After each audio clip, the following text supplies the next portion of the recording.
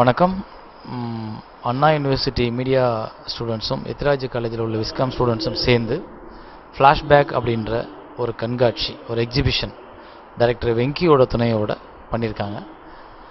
இங்கே உள்ளே பார்த்தப்போ ரொம்ப சந்தோஷமாக இருந்தது. நான் அப்பப்போ எல்லா இன்டர்வியூலையும் சொல்லுவேன், இன்றைய தலைமுறை பழசை மறந்துட்டாங்க அப்படின்னு.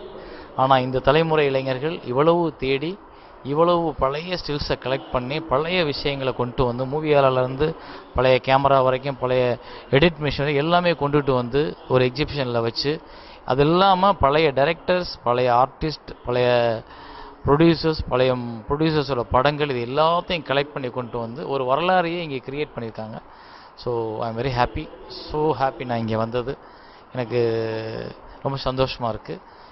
இது நீங்கள் இங்கே பார்த்தீங்கன்னா தமிழ் சினிமா ஆர்வலர்கள், சினிமாவில் அடுத்த தலைமுறையில் நுழையணும்னு நினைக்கிற உண்மையான சினிமா விரும்பிகள் இந்த எக்ஸிபிஷன் பார்த்தீங்கன்னா அது அந்த மாணவர்களுக்கு ரொம்ப என்கரேஜாக இருக்கும். நன்றி. முதலில் நடத்திய